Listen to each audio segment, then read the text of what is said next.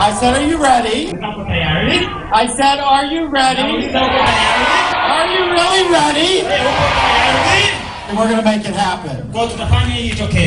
I want to first off, I want to celebrate our country directors for Tanzania. David Kagoro and Michael Joe. Please give them a hand. I said please give them a hand. We celebrate you. Thank you so much for all the wonderful work you've done. We appreciate everything. Because Tanzania is on the move. I said Tanzania is on the move.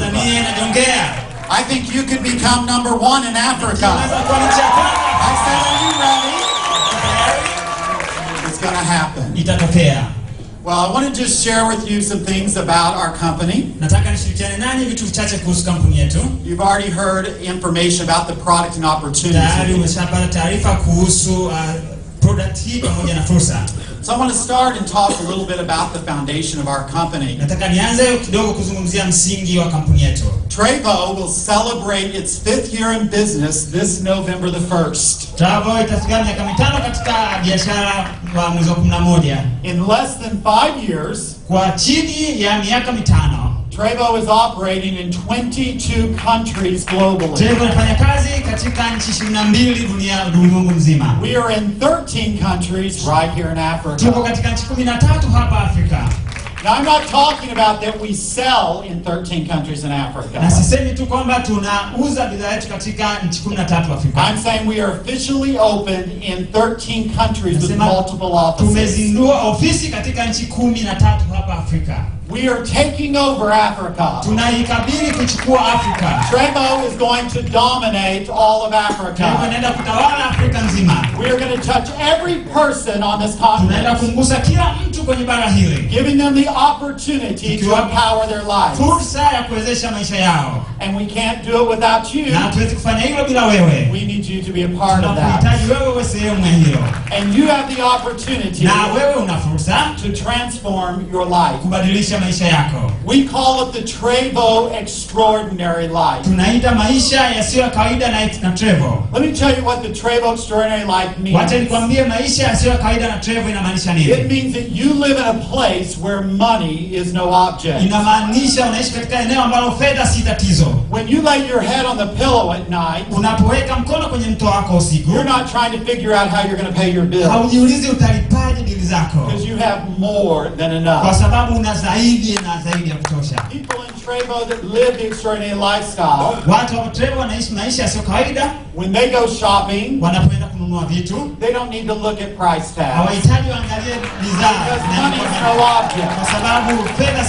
How many want that kind of lifestyle? It's the only way to live. I said it's the only way to live. So let me tell you that we are in the process of opening Japan and Europe. We don't have an exact date, but it's getting really close. We're going all around the globe. And you have an opportunity through Trevo to have a global business. You're not limited just here in Dar es Salaam or just in Tanzania. You can build a business anywhere. We're open. It's a powerful opportunity for you. So let me tell you a little foundation about the beginning of our company. My family, we're the owners of Trevo. There's 3 of us. If you don't know this, Trevo, everything is about the number 3. The name Trevo is the Latin derivative of the words power of 3. Holly, Alexander, and I, there's 3 of us. Everything we do is as easy as 1, 2, 3. So I want to introduce you to my family, if they can put their picture back up. I'm going to let them put it back up. I always like to see them when I'm gone. Here we are. Tayari iko hapa. On your right, that is my gorgeous wife, Holly. Kulia kwako ni mke wangu mpenzi, Holly. Now, she is the most beautiful woman in the world. Yeye ni mwanamke mrembo kuliko wote duniani. This September 29th, we will celebrate our 26th wedding anniversary. mwezi wa 3 tunataka miaka 26 ya ndoa. Now, we met about 30 years ago. Tulikutana miaka 30 iliyopita. And she was sitting in the lobby of a company that I owned at that time. Na alikuwa anakaa katika amekaa mapokezi ya kampuni ilikuwa nikimiliki wakati huo. And I walked by the lobby and she looked up. Kwa nikaingia mapokezi na akanitazama. And we looked into each other's eyes. Tazamana machoni kwa muda. And I went directly into my secretary. Nikaenda sekretari wangu. And I said, that's the woman I'm going to marry. Nikasema yule mwanamke nitakayemuoa. I knew the minute I saw her, she was the one for me. Nilijua nilipomwona tu kwamba ndio ni babu wangu. And I can tell you 26 years later. Acha nikwambie miaka 26 baadaye. When I look into her eyes, nikimwangalia machoni, I get just as excited as I did that. Bado nafurahi kama nilipomwona mara ya kwanza.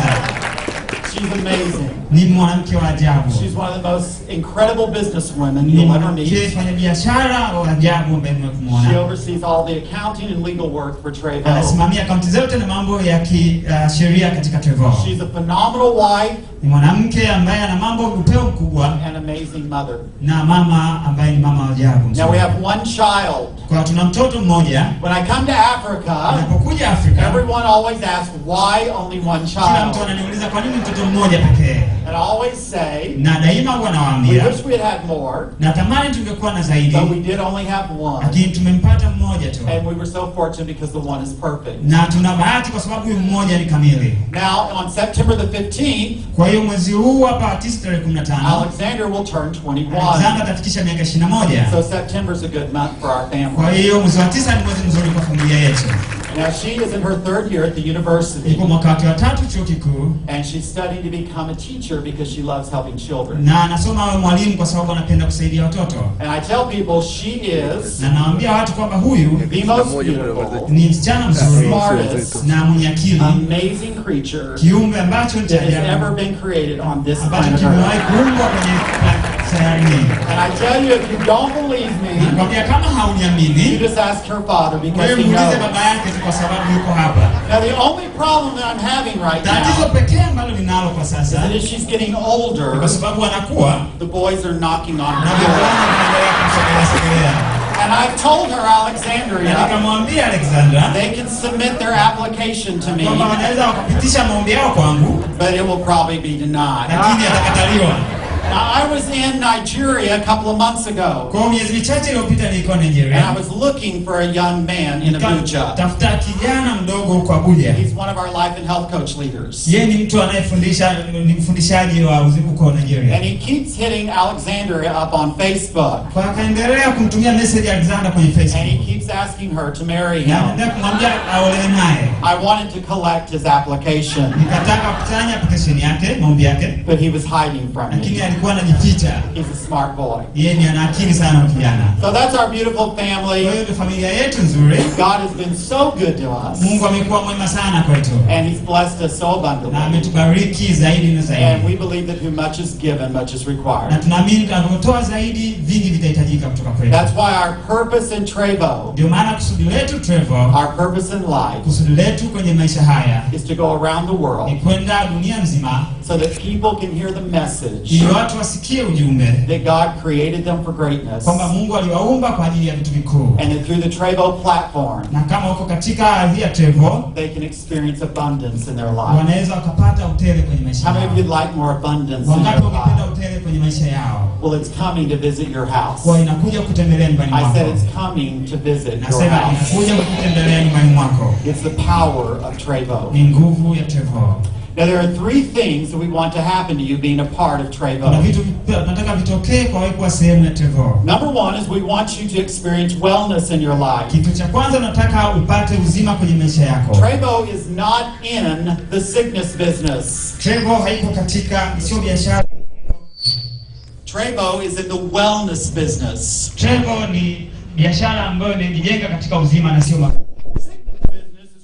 Doctors and you prescribe pharmaceutical drugs.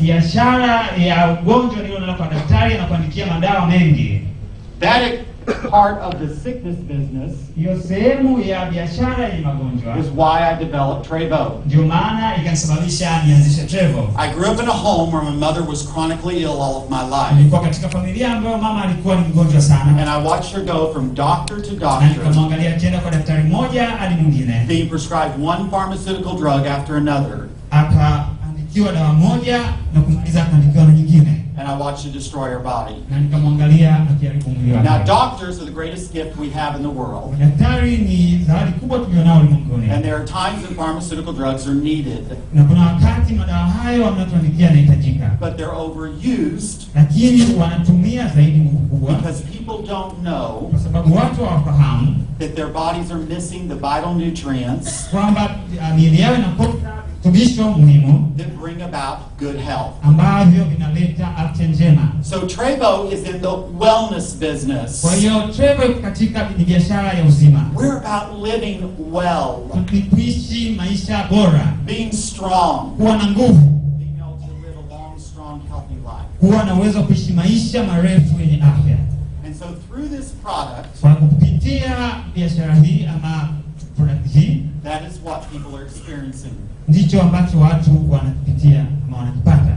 There has never been haijawahi kutokea a product that has ever been developed bidhaa ambayo imeanzishwa in the wellness industry katika biashara ambayo inahusiana na uzima that compares to Trevo. ambayo inaweza kulinganishwa na Trevo. We went all around the globe Tumeenda dunia nzima and studied different cultures na tukajifunza tamaduni nyingi to discover different nutrients that they use that brought about good na health. tukagundua virutubisho ambavyo wanatumia kutengeneza bidhaa zao. And we brought it all together Na vyote tukavikusanya kwa pamoja in one bottle. katika chupa moja. 174. Bidhaa 174. And we use a proprietary processing Na katika mchakato wa kutengeneza that allows it to get in your body at a cellular level. inaruhusu kuingia katika mwili wako na kukaa katika mwili wako. That's why we're having the results we're having. Ndio maana tunapata matokeo tunayopata. I was in Nairobi earlier this week. Nilikuwa Nairobi mapema wiki hii. And after the event was over, Na baada ya kuisha, a lady came up to me that I hadn't seen in a while. mama akanijia ambaye sikumuona kwa muda. I have a picture of her. Nina picha yake pamoja nami. She has HIV. Yeye ni mwathirika wa HIV. And the picture I have of her, Na picha ambayo ninayo, she was so skinny. alikuwa ni mwembamba sana And she was very, very sick. na alikuwa ni mgonjwa sana. When I saw her this week, Nilipomwona wiki hii, she was as healthy as you. alikuwa na afya kama wewe. She's gained all of her weight back. Amepata uzito wake She aliopoteza. has her energy back. Ana nguvu zake And you know, she has a young daughter. na ana binti mdogo. And she told me, Na akaniambia, I'm so excited. nimefurahi I'm sana. going to get to watch her grow up. Ninataka kumwangalia binti akikua. That's wellness, my friend. Huo ndio uzima tunao. That's what this product is all Hivyo about. ndio bidhaa hii inahusika nayo. Are you getting it? Unaelewa? Every one of us, when we share Trevo, Kila mmoja wetu tunapojaribu kushirikiana Trevo na wengine, we're empowering people with wellness. tunawawezesha watu na uzima wao. Is there anything better in life Je, kuna kitu bora kwenye maisha than helping people? kuliko kuwasaidia zaidi ya It's the kusaidia? greatest thing in the Ni world. kitu kikubwa sana kwenye dunia. I think that experience this week, Nafikiri nimeona hilo wiki hii. it just reminded me Kuona hilo nilikumbusha of how blessed Trevo is. kwamba Trevo ni baraka kiasi That gani. God allowed us to develop a product so powerful. Mungu ameturuhusu tuanzishe bidhaa ambayo ina nguvu sana. I could stand up here tonight Naweza nikasimama hapa siku ya leo and tell you one story after another kuambia hadithi moja baada ya nyingine. of life-changing experiences that people have had through Vitu Trevo. ambavyo watu wamebadilisha maisha yao kwa Trevo. But Trevo is not about out looking for sick people. Lakini Trevo haihusiani tu na kuwatazama watu ambao ni wagonjwa. Our product originally was developed Bidhaa hii ilianzishwa mwanzoni to help people that are healthy kuwasaidia watu na afya zao stay that way. wabaki kuwa na afya. Do you know that if you're healthy today Unafahamu kama una afya siku ya and leo you're not supplementing your body, kwamba hauwezeshi tu mwili wako, you may not be sick today unawezekana uumu leo and you may not be sick tomorrow, ama kesho hautaugua, but you're going to get sick. lakini utaugua tu, Because God created our bodies to take in the vital nutrients He created kwa sababu Mungu aliumba miili yetu chukue na virutubisho to alivyoviumba bring us good health. ili kutuletea afya njema. See, the product doesn't cure anything. Kwa bidhaa hii haitibu kitu We chochote, don't make any claims of that. wala hatupati madai kuhusu hayo. The product simply provides the body with the Bidhaa nutrients hii inakupa tu virutubisho kwenye mwili. so it can do what it was created to do and Ili heal mwili itself. kufanya kile ambacho uliumbwa kufanya mwenyewe. Trevo is not a medicine. Trevo si dawa. And so people always ask me, Mark, how long should I take Trevo? Watu wananiuliza Mark, ni kwa muda gani nichukue hii Trevo? And I tell them, Trevo is a lifestyle Nawaambia product. kwamba Trevo ni style ya kila siku ya maisha. When something is of your lifestyle, Kama kitu ni style ya maisha yako, that means you do it every day. inamaanisha unafanya kila siku. So you take Trevo every single Kwa day. hiyo unatumia Trevo kila siku endayo kwa Mungu. And so people say, when do I stop? Kwa watu wanasema ni lini nitaacha? And I say, there is a time when you don't need to take Trevo Na nasema anymore. kuna wakati hautahitaji Trevo. Do you want to know when that is? Unataka kujua ni lini? When you're dead. Unapokufa. When you're no longer. Tumia Trevo. But until then, Lakini kabla ya hapo, take it every single day. uitumie kila siku. Are you hearing me? Unanisikia? Every single day. Kila siku endayo kwa It's a Mungu. lifestyle product. Ni bidhaa ya maisha yako. It's going to help you have more energy, Saidia uwe na nguvu zaidi. clear mental focus, Uwe una a uwezo better wa sense of kufikiria. well-being. Uwe na afya bora. It's a great anti-aging product. Kitu ambacho kinakupa nguvu, bidhaa inakupa nguvu zaidi. I mean, look at me. Niangalie mimi. I turned 52 this year. Kisha miaka 52 mwaka huu. 52. Miaka 52. And I look amazing. Na bado unaonekana ni bora. That's the power of Trevo. Unajua ni nguvu itokanayo na Trevo. I said that's the power of Trevo. Nguvu ya Trevo. So wellness is number one. Number two is prosperity. Uzima ni kitu cha kwanza, kitu cha pili ni mafanikio. Every person in this room was created by God for greatness. Ndani ya chumba hiki aliumbwa na Mungu kwa ajili ya ukuu. We are created in His image. Tuliumbwa kwa sura yake. We have His nature. Tuna asili yake. God is a God of abundance. Mungu ni Mungu wa utele. His nature is abundance. Asili yake ni utele. We have a nature of abundance in our life. Tuna asili ya wingi kwenye maisha yetu. So when we live contrary to who we really are, Kwa tunaishi kinyume na vile ambavyo tunapaswa kuishi. we're not able to live our best life. Hatuwezi kuishi katika maisha bora. Are you hearing me? Je, unanisikia? I'm not saying you can't live a good life, Sisemi kwamba hawezi kuishi maisha mazuri, but who wants good lakini yule anayehitaji mazuri when you can have extraordinary? wakati unaweza ukawa na kitu ambacho si cha kawaida. Are you getting Je, me? unanielewa? And we have a platform in Trevo Na tuna jukwaa katika that is allowing people to live extraordinary. na waruhusu watu waishi maisha yasiyo ya kawaida. You're going to hear a testimony at the end of my talk Utasikia shuhuda mwisho wa hotuba yangu from a couple right here in Tanzania kwa wanandoa ambao wako hapa that Tanzania are experiencing the extraordinary ambao lifestyle. wanaishi maisha ambayo sio ya kawaida ndani. I'm going to tell you about a friend of mine, though, here in Africa. Naongea na rafiki zangu ambao wako hapa. His name is Wally. Jina lake ni Wally. He's an architect by trade, Yeye ni mtu anayesomea mambo ya ujenzi. and he had been practicing for about 16 years. Amekuwa akifanya kazi katika professional kwa miaka. He and his wife had 3 children, Maisha yake akabarikiwa kuwa na watoto watatu. 2 boys and a girl. Na wawili na msichana mmoja. He couldn't even make enough money to put food on the table. Hakuweza hata kufanya pesa za kutosha kuweka chakula mezani. His daughter got sick. Binti yake akaugua. They couldn't afford medical care, Hawakuweza kulipia huduma za hospitali. and she died. Na akafa. They were at the bottom. Au ndio mwisho wao. His wife moved home with her father because he simply couldn't take care of the Mke family. wake akarudi kwa baba kwa sababu hakuweza kuvumilia zile dhiki za maisha. But then Wally met Trevo, Kwa Wally akakutana na Trevor. and he began to go to work, Na akaanza kwenda and he kazini. had a dream. Na akawa na ndoto. Today, Leo Wally is a Yellow Diamond Elite in our company. Wally ni kiongozi mwenye damu mtoto.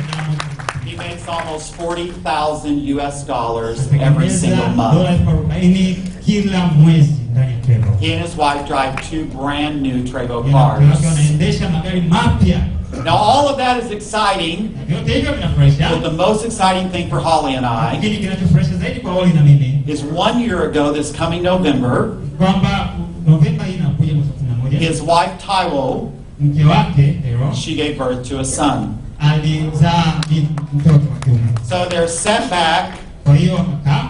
has brought them to a complete comeback. Kwa yale walioanguka mko nyuma yakawafanya wainuke huko mbeleni. They live an extraordinary Wakaanza lifestyle. kuishi maisha yasiyo ya kawaida. See, in Trevo, to create prosperity, Kwa hiyo Trevor aliundwa kwa ajili ya mafanikio. you don't need any special talent. Hauhitaji vipawa ambavyo vya tofauti Your sana. education doesn't matter. Elimu yako haijalishi. Your family's background doesn't matter. familia yako na historia yake haijalishi. It doesn't matter if you've never been successful before in your Haijalishi life. kama haujawahi kuwa na mafanikio kwenye maisha yako. Trevo is a level playing ground for all people. Trevo ni sehemu ambayo ni kati kwa kila mtu.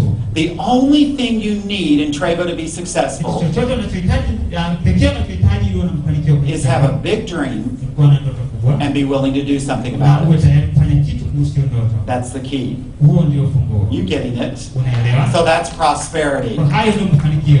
So number 1, wellness. Number 2 is Kitu prosperity. cha kwanza ni uzima, kitu cha pili ni mafanikio. Number 3 is legacy. Kitu cha tatu ni kuacha historia nzuri. In my life, this is the most important thing. Katika maisha yangu ni kitu cha muhimu sana. See, since Alexander was a young girl, Toka Alexander alipokuwa binti mdogo, I've taught her one thing. nilimfundisha kitu kimoja. Because she's grown up in a home all of her life, Kwa sababu amekulia nyumbani maisha yake yote, in a home of prosperity. katika nyumba yenye mafanikio. So she's always gone to the best schools. Ameenda kwenye shule bora, She wears the best clothes. anavaa nguo ambazo ni bora. When she turned 16 and started driving, Alipofikia miaka 16 akaanza kuendesha gari lake her mwenyewe. dad bought her a Range Rover. Range Rover. She's a blessed girl. Ni binti aliyebarikiwa. But I've taught her something. Lakini nilimfundisha. I've said, Alexandria, Namwambia Alexandria, when we come to the end of our life tunapofikia mwisho wa maisha yetu and we're taking our last breaths before we na die, tunavuta pumzi yetu ya mwisho kabla ya you know kufa. how big your house is, how big your house is, Nyumba yako itakapokuwa kubwa how fancy your cars are, ama jinsi ambavyo gari lako litakapokuwa and all the material things that you may accumulate, yote ambavyo unavitumia, none of them will have any value at that time. vyote hivyo havitakuwa na thamani wakati huo. The only thing that will matter Kila kitu ambacho chochote pekee ambacho kitakuwa na thamani are the lives that you touch. ni maisha ya watu ambao waliyagusa. That will be your legacy for having lived here on this earth. Hiyo itakuwa ndio historia yako unayoiacha kuishi hapa duniani. So live your life well. Kwa ishi maisha yako vizuri. Trevo is a platform Trevo ni jukwaa that is allowing you ambao ni kuruhusu to leave a legacy kuacha historia nzuri every day kila siku for the rest of your kwa life maisha yako yote, of helping people with wellness, kuwasaidia watu ambao wanahitaji, helping people create prosperity, kusaidia watu kuendeleza mafanikio and helping them find a na place kuwasaidia kupata where they eneo can leave a legacy of their own ambalo life. pia wanaweza kutengeneza historia ya It's maisha the most yao. powerful thing in the Ni world, kitu chenye nguvu sana kwenye maisha. and it's called Trevo. Trevo.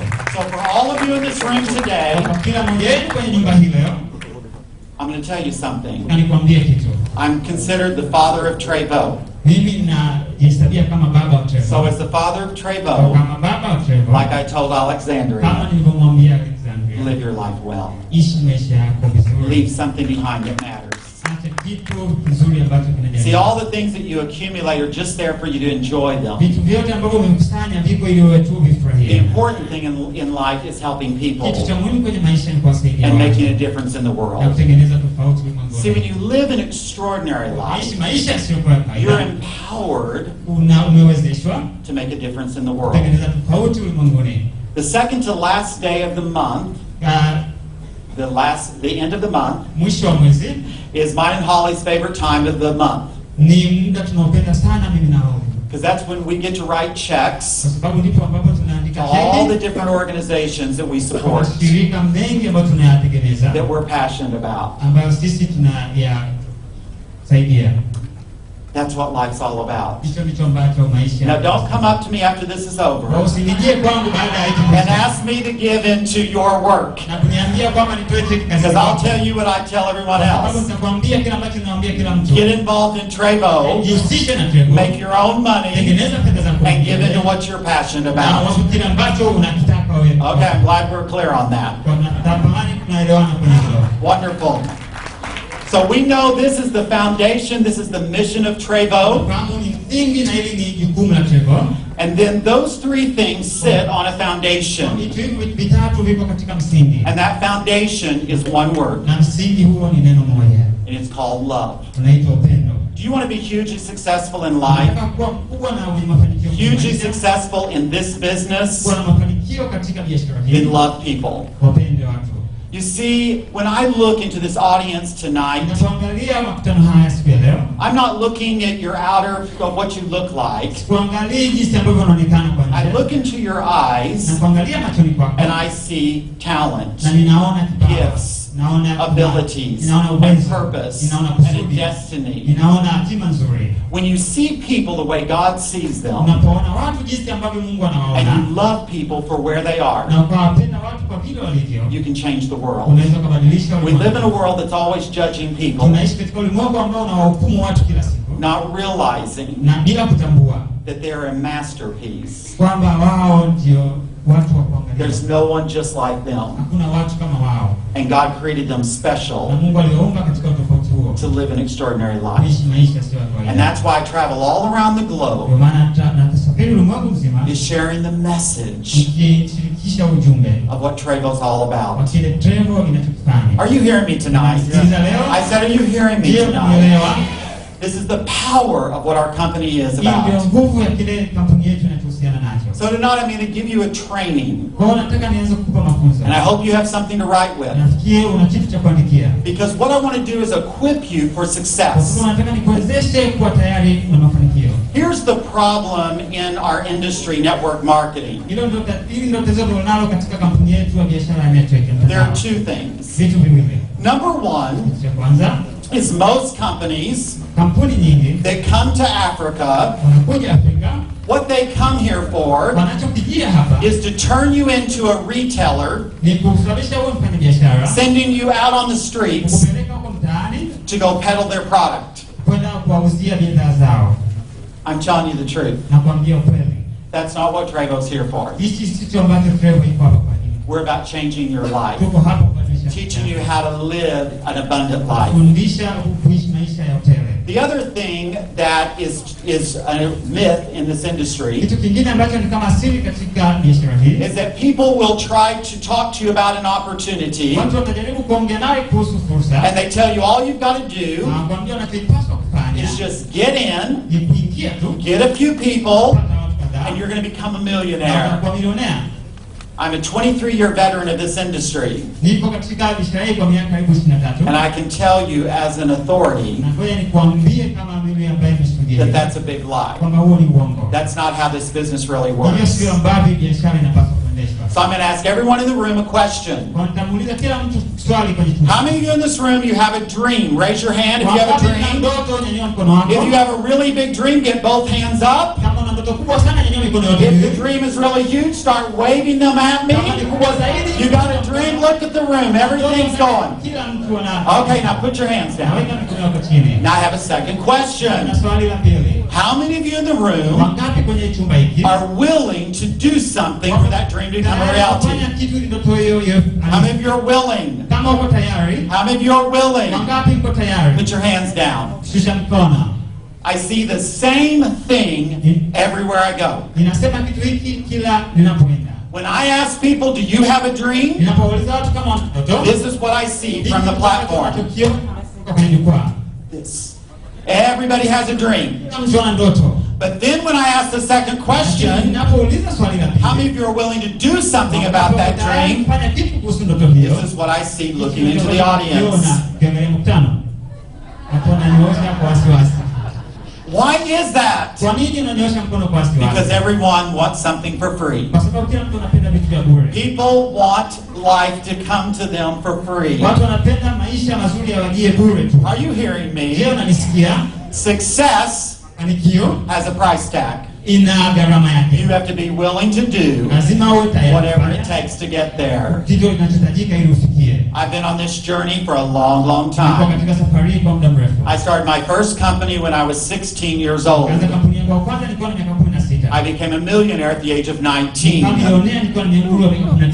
It's a road that you have to get on, and you have to stay on it if you want to live an extraordinary life. Are you hearing me? So here's the thing. Everybody has a dream. But few people move from their dream to where their dream becomes a reality. That's where we're living an extraordinary life. Why is that? Because there is this road between your dream and the reality. And I have given this road two names. You're probably not going to like either one of them. jina yoyote kati So I'll tell you the one that you're going to like the least first. Kwa nitakwambia kile ambacho unaweza usipende zaidi kingine. It's called the road of struggle. Inaitwa barabara ya kupambana au kukazana. It's a road you're going to go down to get to where you want to be. Ambayo utabidi upitie ili ufike unapoenda. The other road is called, this road I call it the road of transformation. Jina lingine linaita barabara hii barabara ya mabadiliko. It's where you're transforming your life. Pale ambapo unabadilisha maisha yako. Do I have a clicker for the slides? A clicker for the slides. See if I have a clicker for the slides. No clicker. Okay, so I'll just, next one, go to the slide. You can't click, we can't click the slides? Okay, can you click them? Okay, so here's what you have to understand. When you get on this road, you're going to be doing two things. You're going to be growing yourself, and you're going to be growing your business. You cannot be successful unless you do both. You can't just build a business and be successful if you don't build yourself at the same time. Let me tell you something. You are the greatest asset to your Trevo business.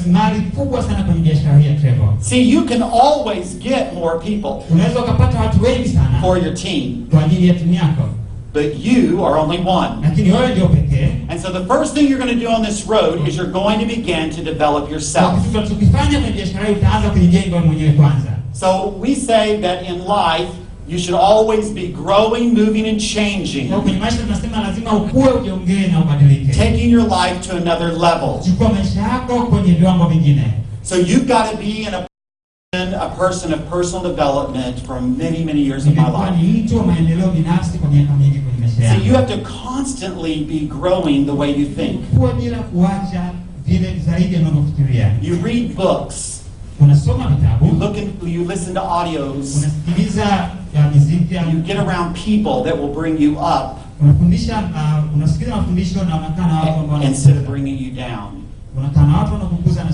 See, we live in a negative world, and we are just inundated with negativity. You understand what I'm saying? If you watch the news, it's negative. If you think about the economy, it's negative. Everything in the world is negative. So if you want to become successful, you have to overcome that negative with truth. And the truth is, you were created for greatness. You're somebody. You deserve to be successful. So I constantly am reading things every day and preparing myself so when I go out every day, I have something inside of me to give out to people that will change their life. You hear what I'm saying? See, if you don't fill yourself up with good, you don't have anything of value to share with anyone. All you'll be sharing is just your opinion. So you've got to constantly, on this road, get better. You're going to get stronger. Are you hearing what I'm saying to you? Because this business is a process. You don't become successful overnight. It's a journey that you're going to take. Go back. So here's the thing is, I believe that God places in every one of us what I call divine dissatisfaction, where we're never ever totally satisfied. And I believe He does that on purpose, because He wants to keep moving us to another level. Because He wants to shake you out of your complacency and out of your comfort zone and keep pushing you, so you don't have a failure mentality. Are you getting that?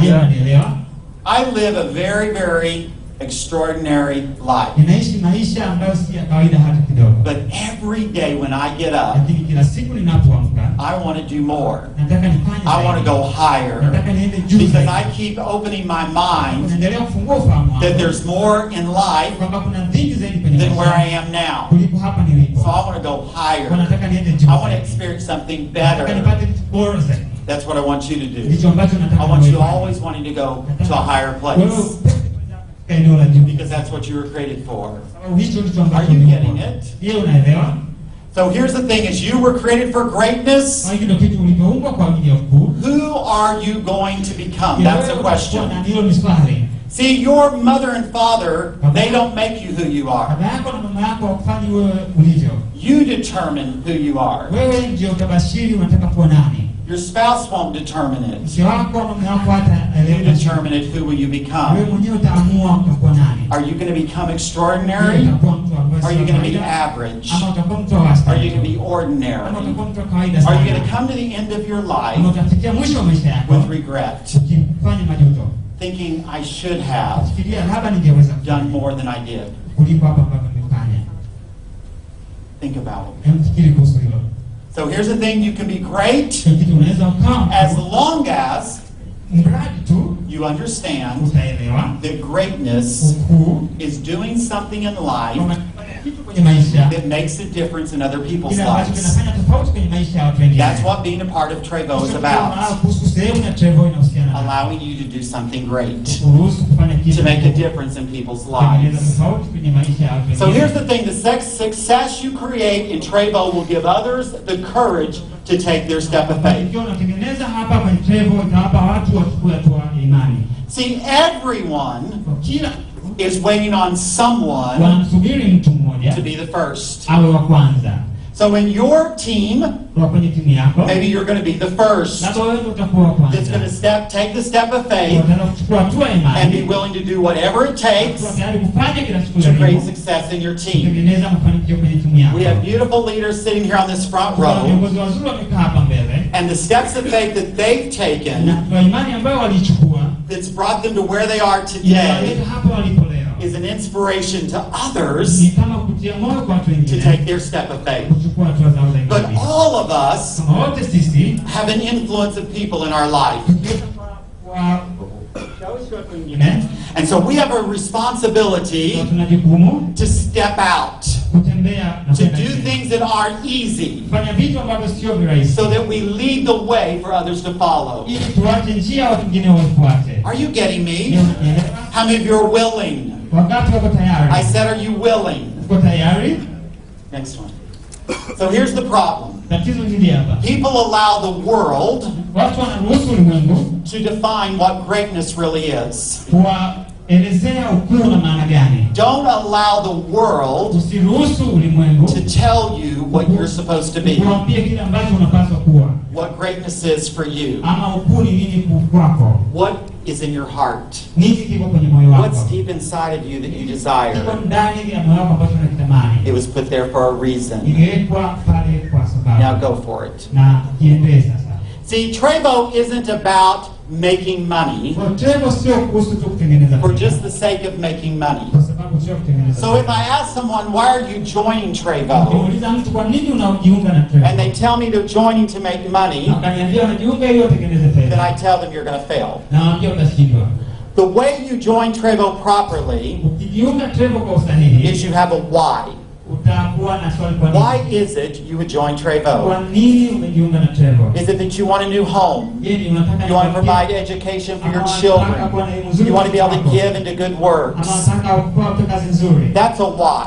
Hilo ndio swali linalohusiana na See, kwa it's nini. not the money, Kwa sio fedha, but it's what the money can do na for kwa nini you fedha inaweza kufanya nini kwa to ajili yako? create the life that's in your heart. Kutengeneza maisha ambayo yako ndani ya moyo wako. If you want to be a great leader, Unataka kuwa kiongozi every mkubwa. time you're with your team, Kila mara ukiwa na timu yako, talk about why. zungumza kuhusu kwa Why nini. are they in the business? Kwa nini wapo kwenye Because see, when you get on this road from your dream Ingia kwenye biashara hii ya ndoto zako, towards extraordinary life, kuelekea maisha ya when you kawaida, have a big why in front of you, utakuwa na swali la kwa nini mbele when the yako. days are tough, Na siku ziko ni ngumu, you're going to keep on going utaendelea kwenda because you know where you're kwa going sababu unajua and unapoenda. why you're doing what Na you're kwa nini doing. unafanya unachokifanya. Here's the thing about this Ndio business kitu kukienda hii and life. katika maisha. Can we take this light away? It's bothering me. Okay, I can't see my screen for one thing. Here's what people think about success. There's two things. Number one is people look at success is a way for them to get away from their problems. How many of you, if you'd be honest, when I stand up here and I'm talking to you about becoming prosperous, you're thinking, I'm going to get to a place in life where I don't have any problems. Am I telling the truth? That's what people think. At the place that I'm at today in life, sehemu ambayo nipo leo kwenye maisha, I have problems. Nina matatizo. And they're a lot bigger than yours. Na ni makubwa kuliko wewe. The higher you go, kwa hiyo unapozidi kwenda juu, your problems get. Matatizo yako yanazidi kuwa makubwa zaidi. Kitu sahihi ni hiki. Unapozidi kukua, develop yourself where you can handle them. Tengeneza kwa jinsi ambavyo unaweza kukabili matatizo hayo. Je, unanielewa? The reason people don't go from the dream to the extraordinary life without any effort, sababu watu wanatoka kwenye ndoto kwenda maisha sio kawaida bila jitihada, without any growth, bila kukua, is because they couldn't handle it if it happened that way. Ni kwa sababu hawakuweza kuyakabili kama yangetokea alivyo. So you have to grow into success. Kwa inabidi ukue ndani ya mafanikio. Where you're ready for it. Wakati ukiwa tayari na kufikia. So the faster you want to get there, kwa haraka zaidi unapotaka kufikia malengo yako, then you need to start growing. Kwa inabidi uanze kukua. Start getting better. Anza kukua. So you may not be ready to meet the right person that's going to take your business to the next level. You have to develop yourself. Inabidi ujitengeneze mwenyewe. Process. Na katika mchakato huo of developing yourself, kujitengeneza wewe mwenyewe, you're going to become like a magnet. Utakuwa kama sumaku. And because of your growth and who you are, na kwa sababu ya kukua kwako na vile ulivyo, just absolutely draw people to you. Utaanza kuwavuta watu waje kwako. Unaliona hilo? They're going to see that from the depth of your core. Wataona katika kina cha moyo wako. You know who you are. Kwamba unafahamu ni wewe ni nani. Unafahamu unapoenda. You know how you're going to get there. Unafahamu utafikaje unapoenda. Do you see it? Unaona? So in this journey of success, is that people think of success like this. That it's just a straight road all the way to the top. But let me tell you the reality. In your journey in life and in your journey in this Trevo business, you're going to have times you're moving forward, and then all of a sudden, something's going to happen. You're going to have a setback. I'm telling you this because I want to give you realistic expectations. Because see, what happens is people join Trevo and they're expecting this, and when they have a setback, they quit because they weren't expecting it. So when you have a setback in Trevo, you shouldn't quit. Because I've already told you that you're going to have some setbacks. See, in life, I've had a lot of setbacks in my life. But the difference between me and someone who's failed is that every time I have a setback, I say to myself, get ready, baby. You're coming back. And so I may take 3 steps forward, and I may have 2 steps back. But I get back up and I keep on going. Because I know where I'm going. I know how I'm going to get there. And I'm not going to let anything stop me. Are you hearing what I'm saying? Fire! It's going to happen. You're going to have a team member quit. You may have a commission that's delayed. It's a setback. So I'm just going to quit. If you quit, you've just given up on the extraordinary life. And no one is going to be at fault but you for being a quitter. Are you hearing what I'm saying to you today?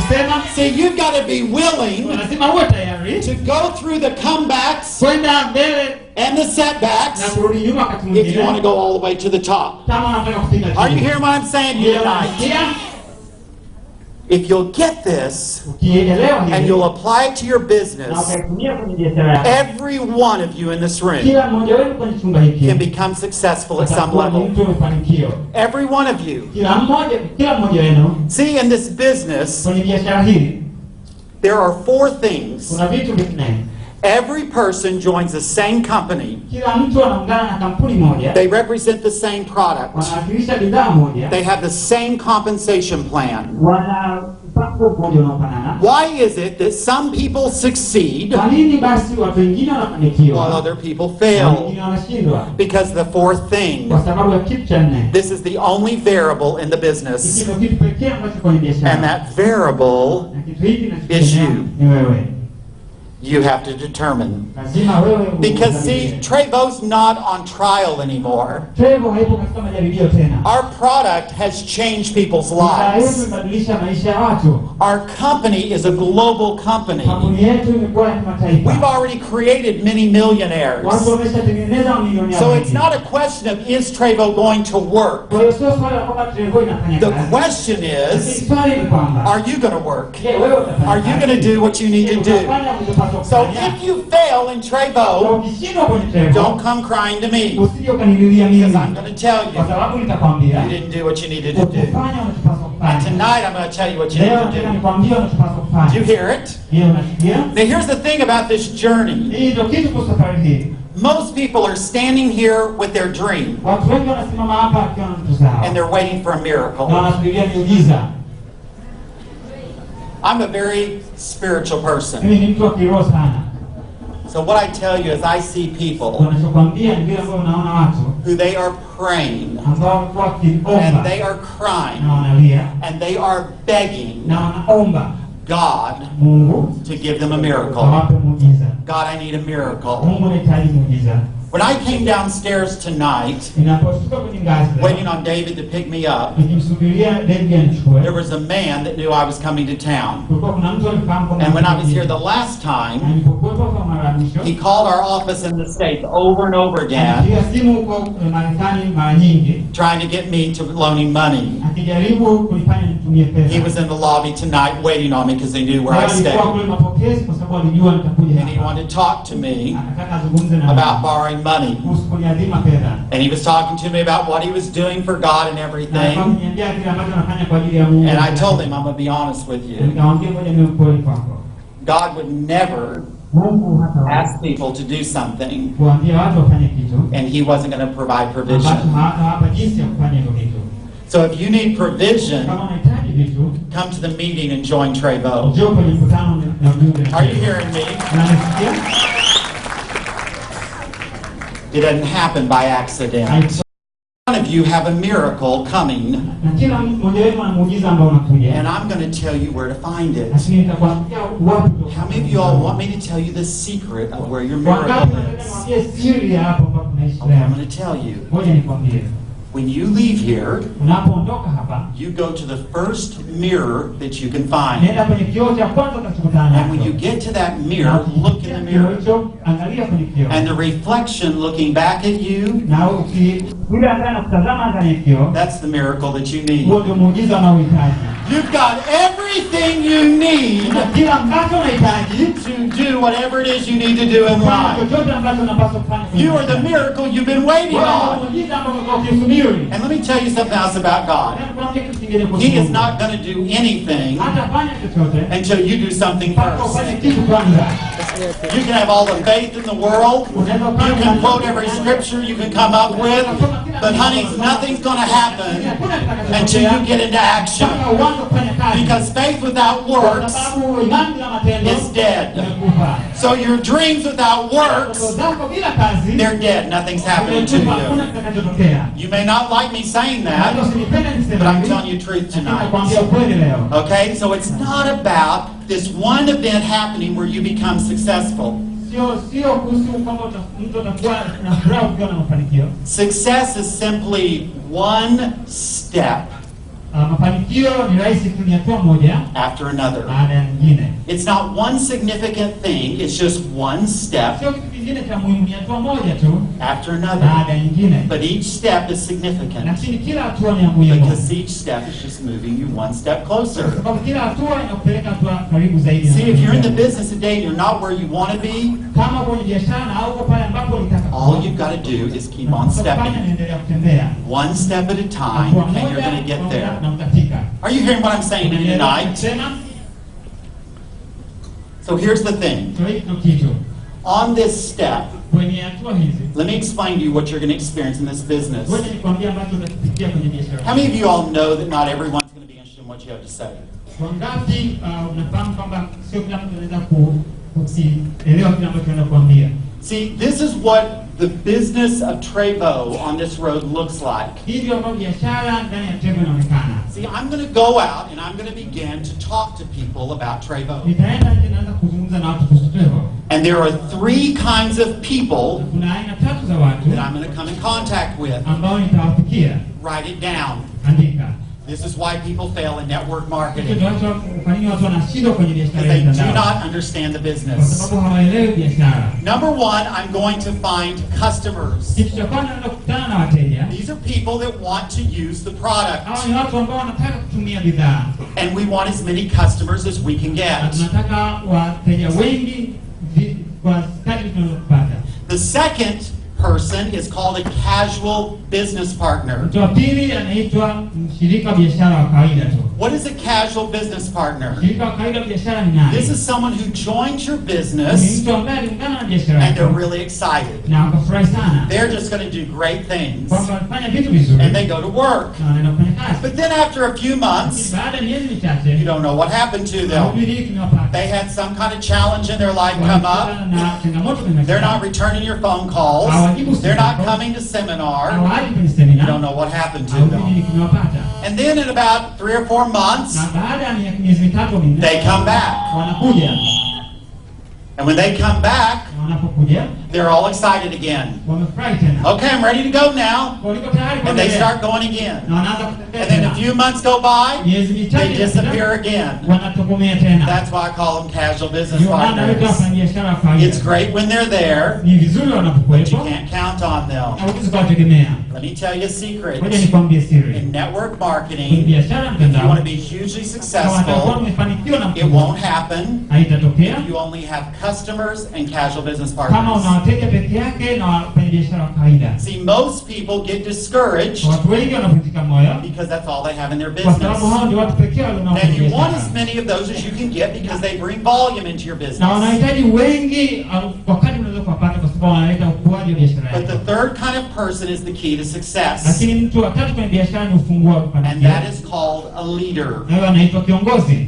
Are you hearing me? A leader. Kiongozi kama Now, unanielewa. we have a definition in Trevo of what a leader is. Hii kwenye Trevo hii ndio maelezo kuhusu kiongozi. We tell everyone with our compensation plan, Tunaambia watu katika mpango wetu, your goal is to find 5 leaders for your front line, your first generation 5. kwamba malengo yako ni kupata watu watano au viongozi watano katika timu yako. So how do you know if you have a leader? Kwa unajuaje kama una kiongozi? When they go find their 5 leaders. Unapoenda na kupata viongozi wa See, you watano. can tell me you're a leader, Unaweza kuniambia kwamba ni but if kiongozi. you don't go find 5 Lakini leaders, kama wewe kutafuta viongozi you're watano, not a leader in my team. wewe sio kiongozi kwenye timu Are you yako. hearing what I'm saying? Unanielewa? See, we hear all this talk from people Pia watu wakiongea uvumi about what they're going to do, kuhusu kile ambacho wanaenda but I kufanya. don't ever listen to what people say they're going Lakini to daima do. sisikilizi kile watu wasema wanaenda kufanya. I only look at what they do. Mimi natazama kile What are the wanachofanya. results? Nini ni matokeo yake? So you have to find 5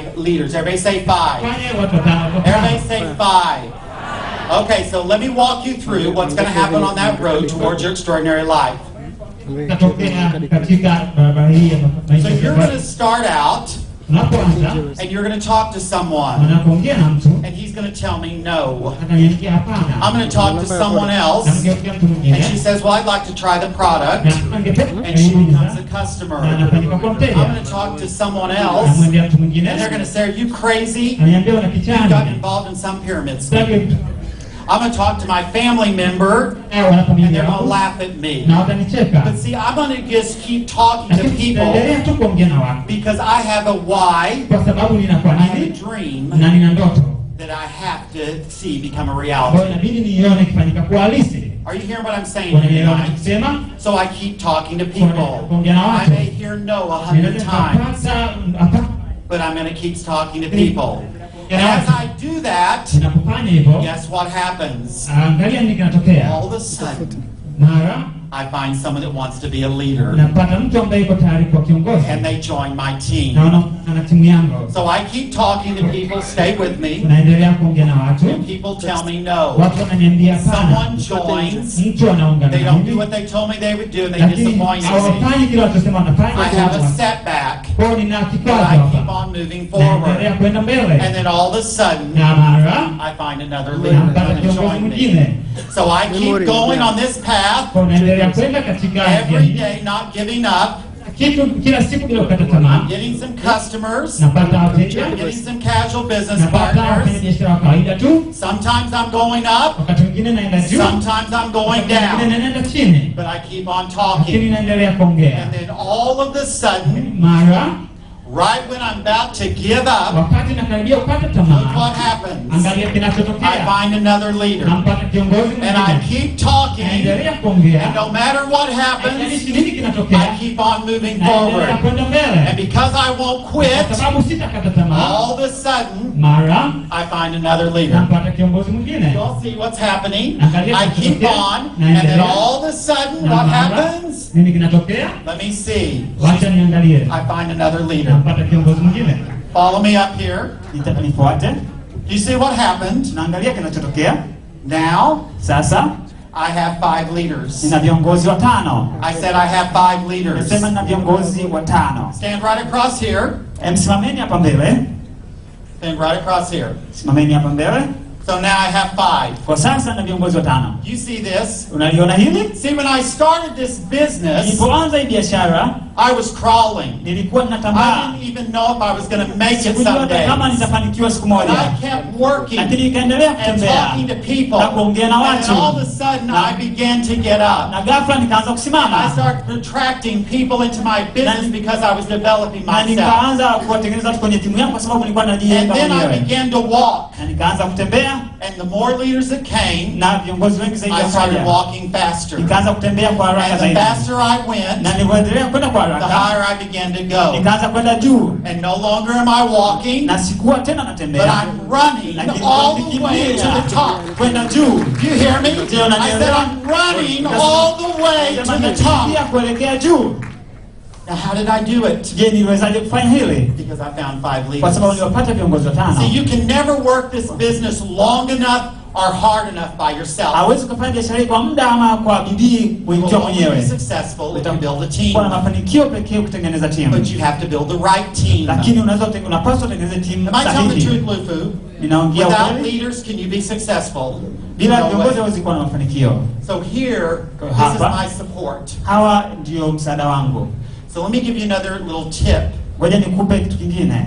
Those of you that are going to become top leaders in Trevo. Wale ambao watakuwa viongozi wa juu kwenye Trevor, If you ever began to think kama ukiwahi tu kuanza kufikiri that you were the one kwamba wewe ndio yule that caused all of your success, ambaye ulisababisha mafanikio yako, let me tell you what to do. wacha nikwambie cha kufanya. Just turn around Geuka tu nyuma and you look at your team na utaangalia timu yako and you thank God na utamshukuru Mungu that you have a team that's helped you get to where kwamba you una timu are. iliyokusaidia ufike Because you do ulipo, not do it on your own. kwa sababu wewe haufai bila ukiwa peke yako. You do it because you build a team. Ulifanya kwa sababu ulijenga timu. Now I'm going to teach you something else. Ngoja nikufundishe kitu kingine. In this business, Kwenye biashara hii you never stop enrolling. hautaacha You kuwaingiza watu kwenye never biashara, stop looking for new leaders. utaacha kutafuta viongozi wapya. Let me tell you why.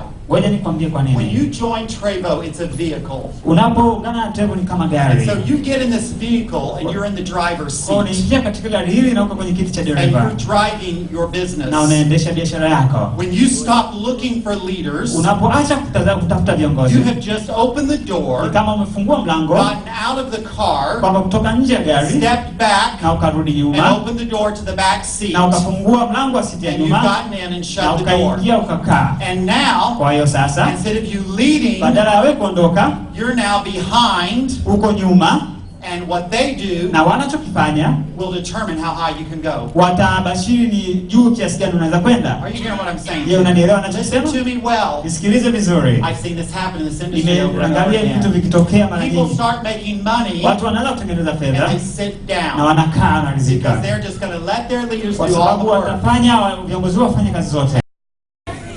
So here's the thing, Kwa hiki ndicho kitu, right here, andika the truth. ukweli, There is no gain hakuna kupata unless you're willing to have a little pain. uko tayari kupata maumivu. Rudi nyuma No, right tena. there. Go back. Stay with the soccer team. Go to the soccer team. Right there. That was the semi-pro soccer team I sponsored in Nigeria. Kitu unasema kwenye timu ambayo nimefadhili And I Nigeria. thought they represented pain. Na nikafikiri waliwakilisha So if you're maumivu. not willing to have a little Kwa pain, kama uko tayari kuwa na you're not maumivu going to have kidogo, gain in life. hautapata chochote kwenye maisha. You probably didn't want to hear that. Hautaki kusikia hilo. I said you probably didn't want to hear Labda that. hutaki kusikia You hilo. want someone just to come and make you feel good. Nataka mtu aje akufanye And ujisikie tell you vizuri lies na akwambie uongo so you can think life is easy. ili ufikirie maisha ni rahisi. That's not the kind of leader I am. Huyo sio aina ya kiongozi I niliye. tell people, Ninawaambia I don't watu blow smoke in your face. kwamba sipulizii moshi I'm kwenye going to uso tell wako. you the truth. Nitakwambia ukweli. Because I want you to go to the top. Nataka ufike I want you to be kileleni. a successful leader. Nataka uwe kiongozi mwenye I want mafanikio. you to create prosperity in your Nataka life. utengeneze mafanikio I kwenye want maisha you to yako. help people Nataka uwasaidie so that watu you live a legacy ili of your uache historia life. nzuri kwenye maisha yako. Are you with me? Uko na mimi? So here's the last thing, right Hicho ndio here. kitu cha mwisho. Here's another thing I want you to write Ndio down. nataka ukiandike. I want you to say, I'm going to say it first and you all just listen. I'm a world shaker. Ni mtu na I'm a life changer. ni mtu nayetikisa, ni mtu And I'm a maisha. history maker. Na mimi ni mtu nayetengeneza See, in this historia. business, Kwenye biashara hii, what are you? wewe ni nani? We're going around the world and shaking up the world with Tunaenda Trayvon. duniani na kutikisa dunia. So we're world Kwa shakers. sisi ni watikisaji wa And dunia. every person that you talk to about Trayvon, Kila you're mtu going to change their unayezungumza life. naye kuhusu Trayvon utabadilisha You're maisha going to yao. change their wellness. Utabadilisha afya You're going to yao. change their prosperity. Utabadilisha mafanikio You're yao. going to change their story. Na utabadilisha hadithi So they yao. can leave a legacy. Pale ambapo wanaweza wakaacha historia. So I'm a world shaker. Kwa mimi ni mtu nayetikisa. I'm a life changer. Mimi ni mbadilishaji wa maisha. I'm a history maker. Mimi ni mtengeneza historia. Do you hear what you are? Unajisikia wewe ni Do you nani? hear what you are? Unasikia wewe ni So you nani? know, when I get up in the Kwa morning ninapoamka asubuhi and I begin to go out, na ninaanza kwenda nje, I'm not walking around sitembei tu kuna with kule my shoulders down nikiwa na makuti yangu yako and just chini trying to get through na life. nikijaribu tu kupambana na maisha. No, see, when I hit the floor, Ninapopita I barabarani, give the world notice ninafanya ulimwengu utambue that I'm up and I'm awake. kwamba nimeamka And I'm ready na niko tayari that I'm going to be kwamba ninaenda a kuwa world shaker. mtikisaji And wa I'm going to be a dunia life na changer. nitakuwa mbadilishaji wa And I'm going maisha to be a history na maker. nitakuwa mtengeneza So when I get historia. up and get out, Kwa ninapoamka na kwenda nje, world, you better dunia get ready kuwa tayari because here I come. kwa sababu And ninakuja, that's what you should say. na ndio hicho unapaswa So I'm going to kusema. say it, you're going to repeat it. Kwa nitasema na Say utarudia. I'm a world shaker. Say I'm a life changer. Say I'm a history maker. Say I'm a world shaker. Say I'm a life changer. Say I am a history maker. One more time. Mara moja tena. Say I'm a world shaker. Say I'm a life changer. Say I am a history maker. You're going to do it. Utafanya hivyo. I said you're going to do Sema it. utafanya hivyo. I said you're going to do it. Sema utafanya hivyo. It's going to happen. Itatokea. I'm going to ask Naenda kukwambia our Yellow Diamond Elites, wale wenye Lufu and her husband Henry, to come up. Luther na mume wake Henry John hapa. Let's give them a hand. Wapige makofi.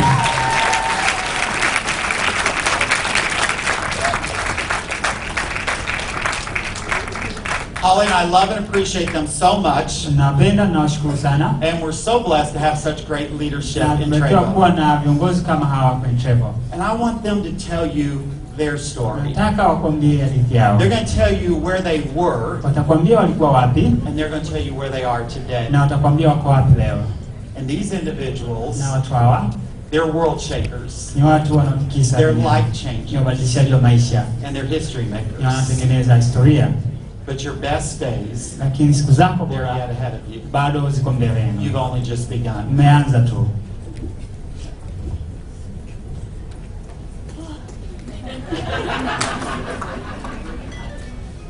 Thank you very much, my.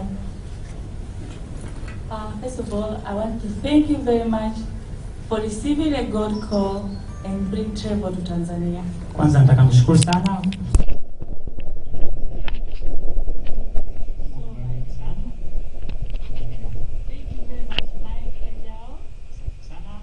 receiving a God call kwa kupokea and mtoto bring wangu Trevor to na Tanzania. kuleta Trevor Tanzania.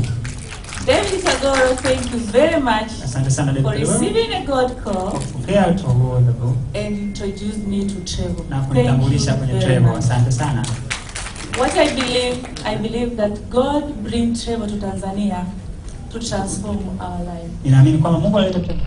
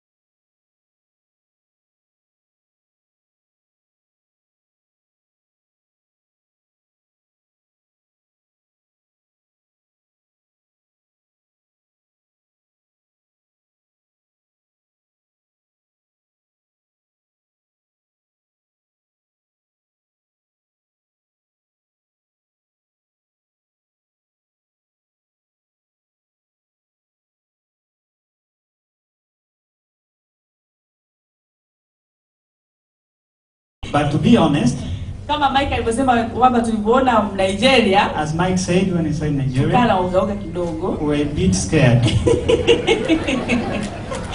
Lakini but kwa sababu David Kagoro alikuwepo, because David Kagoro was present, basi tukawa tu comfortable. We were just comfortable. Basi tukasema itakuwa bali inafanya kazi. Tukaenda maybe it works, so we started reading about it. Tukasoma sana online. We read online. Nikaona siku moja nakumbuka nikiwa ofisini Google. As I was in office, I went through the Google. Nikapata testimony ya dada mmoja anaitwa Sylvia. So I got one testimony from a certain sister called Sylvia.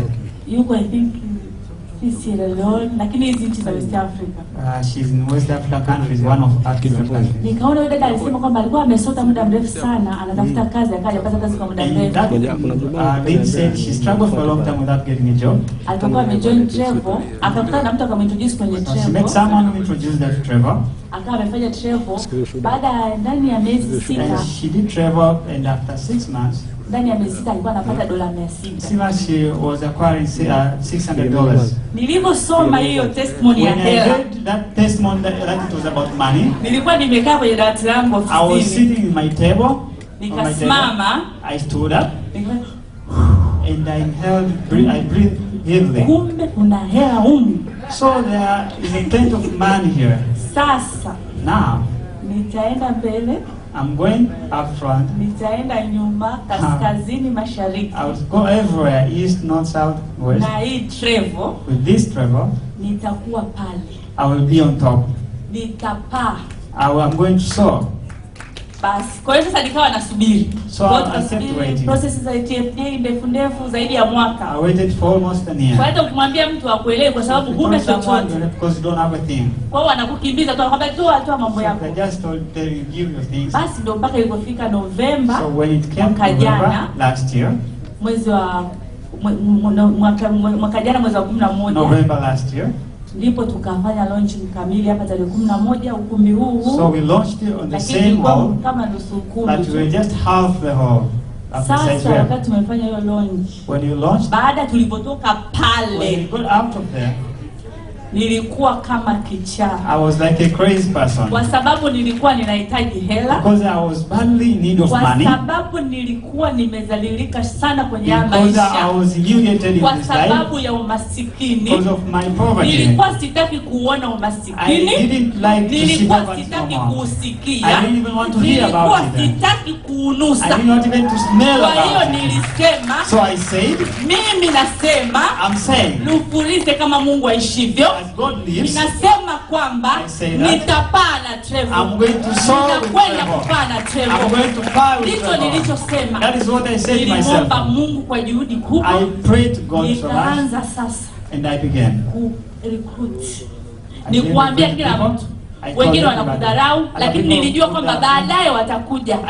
Dada Emi ni mmoja wapo.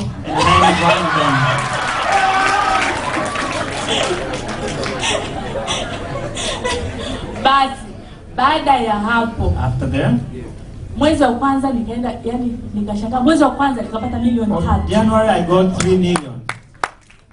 Niliona nimepata milioni 3. When I saw 3 million on my account. Na nilikuwa nafanya kazi ambayo and I was working nzuri, siwezi kusema vibaya. I cannot speak bad about it. Lakini kwa mimi nilikuwa naona nafanya kazi ambayo iko chini ya kile ambacho Mungu ameweka ndani yangu. It is a job that was below my standard. Kwa sababu Mungu ndani yangu ameweka ukuu. Yaani nina maono makubwa sana. Because God had placed great next to me. Kwa hiyo nilikuwa nahitaji nifanye kitu ambacho kitanifikisha kwenye ndoto yangu. That will take me to my dreams. Nina ndoto kubwa sana ya kusaidia watu. I had a great dream of helping other people. Lakini ndoto yangu inahitaji hela. But it needs money. Nitaipata wapi hela? Where am I going to get money? Travel. Kwa hiyo ndipo safari yangu ilipoanza. That's where my journey began. Kwa mwezi wa kwanza nilipata milioni 3. When I sing 3 million by January. Tukakaa nikamwambia mume wangu. Spoke to my husband. Sasa kujipampalisha. Nikamwambia honey. I said to my husband, honey.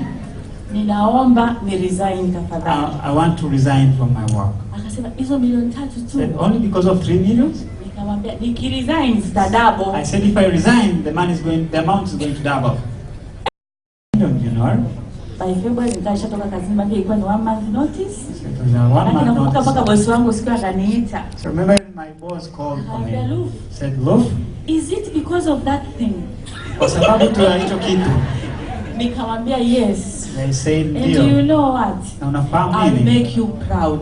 Nitakufanya ujivunie mimi. Utafurahi kwamba kuna mtu kama mimi nilishakupita You kwenye will be mikono so yangu. happy that I once passed through your hands. Nitakufanya watu wafurahi kwamba kumbe alikuwa anafanya kwako. I will make people say, "Wow, sure she's working with you." Nakumbuka wakati naondoka ofisini nilitoa speech. I remember when I was leaving the office, I gave a speech and I said, Ninatoka, "I'm getting out of this office, lakini I'll but make you proud. Mtajisikia vizuri kufahamiana na I'm mimi. going to make you feel good Kwa knowing sababu me, ninakwenda kufanya because kazi." I'm going to work." Namshukuru Mungu And I thank God kwamba leo tumesimama mbele that today yenu. I'm standing in front of you. Ndani ya miezi 4 Trevor nilikuwa In 4 months nimepata of travel, gari I was able to acquire a car, brand new. and it was brand new.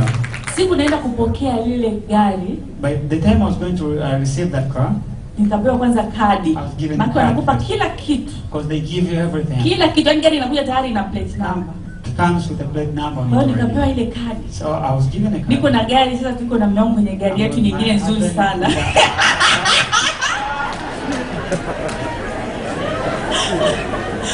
Sasa niko nasoma So when you were in that car with my husband, kuangalia mwaka seeing the year of that mwaka car, 2015. it was 2015, Ndugu the zangu, manufactured year. ndugu zangu nililia I cried. kwa sababu sisi kwa kweli Because familia when- hii mnaoiona hapa mbele, When you see this family huko photo, nyuma hatukuwahi hata kuona gari Japani. back then we never even saw a car from Tulikuwa Japan. tunanunua magari kwa We watu, were buying cars from people. tena used tunalipa cars. kwa installment And nyingine na we pay vitisho them by juu. installment. Sometimes they have Hichi ninachokisema ni pay. kweli kabisa. We are Sitaki telling you the kumention truth. majina ya watu, lakini I don't want to nilishatumiwa tell you. demand notice. Nilikuwa jamani, uko mahali hapa If you are here today umepigika, and you are broke, maisha ni magumu, life is so tough when it's breathing on ndugu you. wamekucheka, People have laughed at you. wamekudharau. They have looked down upon you, treated you Hebu badly. leo amua Make a decision today kujoin Trevor, to join Trevor. au kama umejoin Trevor unachechemea, Or if you just join hebu fanya actually, kwa juhudi. now do it with all Hakuna your cha heart. ajabu nilichokifanya There is nothing new that I've done zaidi ya kuamua. other than making a decision. Mimi ni mama I am a mother wa watoto watatu. of 3 children. Ni mtu ambaye nilianzia chini sana kwenye I Trevor. began from the scratch in Hiyo Trevor. era ya kujoin Trevor tuliipeleka kwa maandamano kama Even the familia, mandatory, we took it as a family. kwa sababu tulikuwa tunaogopa kwamba Because- ndugu wasije wakashtukia hii dili, Because we were so kwa sababu scared. wengine wanatudai Because the other people, wakijua mnaenda kutoa siku kwenye kampuni gani 389 hizi hizo, they know we're yaani going to give this money watawafuta. to Trevor, they're going to send you behind bars. Kwa hiyo tulienda, So we went, lakini tunamshukuru Mungu leo tuko hapa. but we thank God today we're here. Sasa zaidi ya gari ndiyo gari, lakini car. maajabu mengine sasa ndani But ya we have Trevor. other wonders in Trevor. Mwezi wa 6 In June this year, niliweza kufika level ya Yellow Diamond Elite Executive, I was able to reach the yellow diamond executive ambayo ni level ya 15 in the 15th level ndani ya Trevor. in Trevor. Sikuamini ndugu zangu, It was hard for me to believe. ninachokisema hapa ni ukweli, This ni is the ukweli truth I'm mtupu. telling to you. Sikuamini, I didn't believe. yaani kwa kweli nilikuwa muujiza mimi mwenyewe, To me, I was a miracle myself. kwamba kumbe unaweza ukawa muujiza But to me become a miracle. ambayo katika hiyo ngazi In that level, unaweza kuqualify, you may have a qualification. unapata zaidi ya dola 20,000 You can kwa have more than mwezi. $20,000 per month. Kwa hiyo ndugu zangu, So my dear brothers and maisha sisters, yamebadilika life has changed. kwa kweli. Kwa kupitia Trevor So through Trevor, tunamshukuru Mungu, maisha we yamebadilika. thank God our life has been transformed. Manake kama miezi miwili au mwezi mmoja uliofuata, baada ya hapo A month ilikuwa ni or so kuondoa tu afterwards, watoto kwenye shule na kuwapeleka shule za we're maana, just shifting our children to better schools. kwa sababu jamani, sijui nisemeje, I don't know what to say. tulikuwa tunaishi kwenye unfinished house. We live in a house that was not yet finished. Waliofika pale Those who came there by then, wakija sasa, they came, we were standing wondering where to keep them. Sio kama anajivuna. It's not like I'm just blowing my own horn. Ninajua Watanzania wenzangu tulivyo sometimes. I know my fellow Tanzanians. Naweza nikaongea hapa mtu akasema anajivuna. I may be speaking someone now is boasting me. Mimi niko hapa. But I'm here in front of you. Nimtie mtu mmoja. So that I can encourage someone. Ambaye yuko hapa. Who is here? Anataka kubadilisha and maisha. Want to transform his or her life. Nimtie moyo. To encourage that person. Maisha yanaweza kubadilika. That life can be transformed. Maisha yanaweza kubadilika. Life can be transformed. Haijalishi umetoka wapi. Haijalishi umesoma au hujasoma. Unafanya kazi unanyanyasika. Haijalishi. Promotions zinakupita hivi. Haijalishi ndugu yangu. Leo unaweza. Today you can do it. Just join Trevor. Nakutia moyo njoo Trevor. I encourage you just come to Trevor. Andika tarehe ya leo. Write down this date. Leo ni tarehe 4 mwezi wa 9 2015. Anza historia mpya. Begin a new history. Utakuja kuniambia. Utakuja kunishika mkono. Na mimi hiyo ndio ndoto yangu hapa duniani. That is my dream in this world. Nitafurahi kwamba nikueleza kitu. Utafanya kazi. You worked on it and you transformed your life. Nashukuru sana. Thank you so much.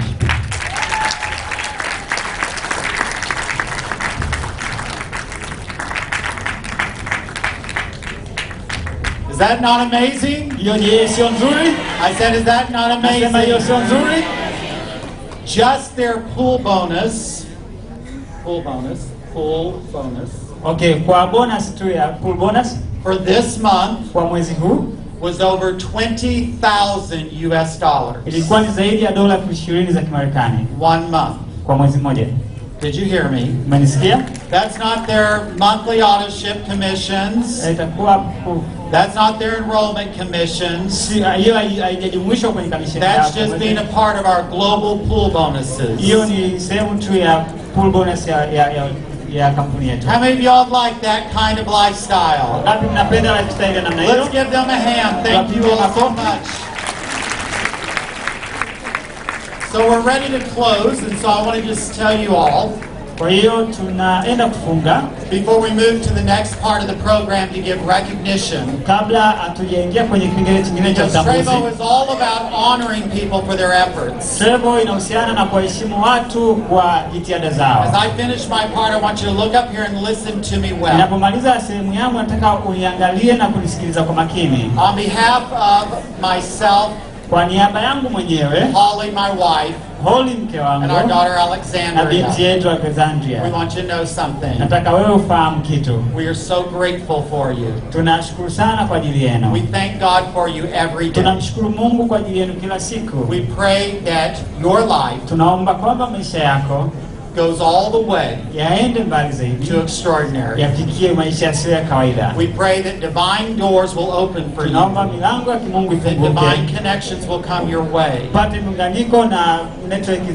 that you will experience the Trevo extraordinary lifestyle.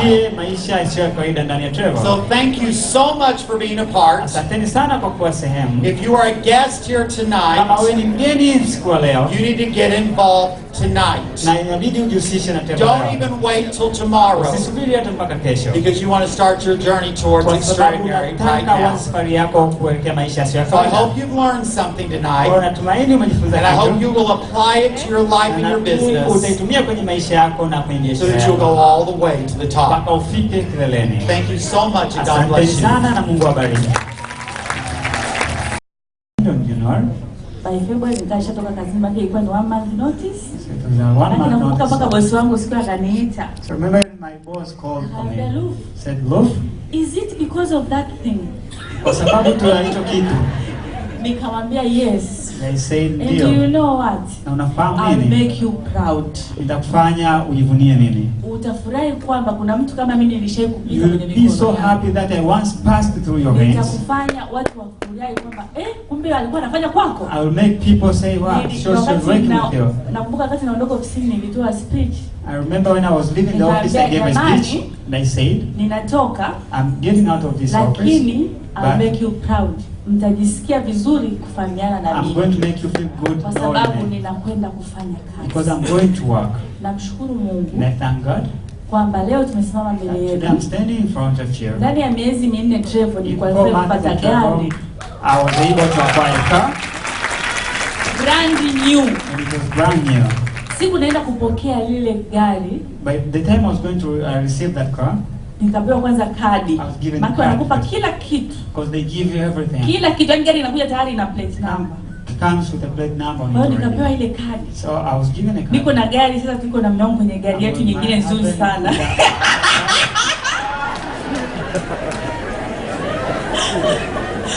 Sasa niko nasoma. So when you had that car with my husband, kuangalia mwaka. Seeing the year of that mwaka car. 2015. It was 2015. The manufactured year.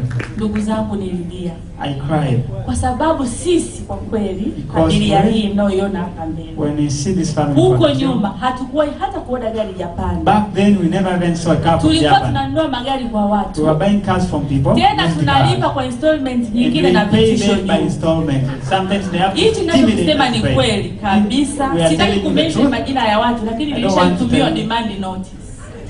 Nilikuwa jamani uko mahali hapa. If you are here today, umepigika and you are broke. Maisha ni magumu. Life is so tough when it's breathing. Ndugu wamekucheka. People have laughed at you. Wamekudharau. They have looked down upon you, treated you. Hebu leo amua.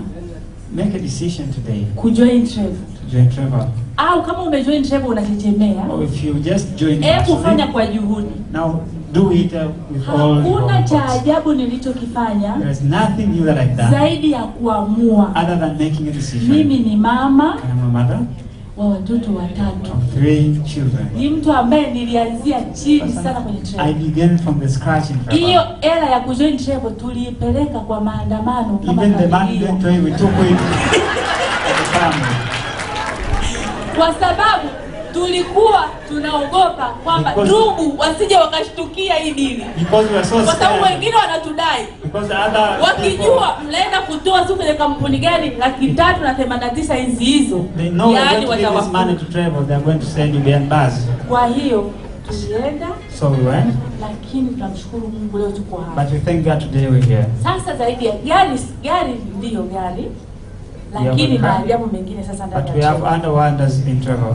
Mwezi wa 6 in June this year niliweza kufika level ya Yellow Diamond Elite Executive. I was able to reach the Yellow Diamond Elite Executive. Ambayo ni level ya 15. The 15th level ndani ya Trevor. In Trevor. Sikuamini ndugu zangu. It was hard for me to believe. Ninachokisema hapa ni ukweli. This is the truth I'm telling you. Sikuamini. I didn't believe. Yani kwa kweli nilikuwa muujiza mimi mwenyewe. To me, I was a miracle myself. Kwamba kumbe unaweza kuwa muujiza. That you may become a miracle. Ambayo katika hiyo ngazi in that level unaweza kuqualify.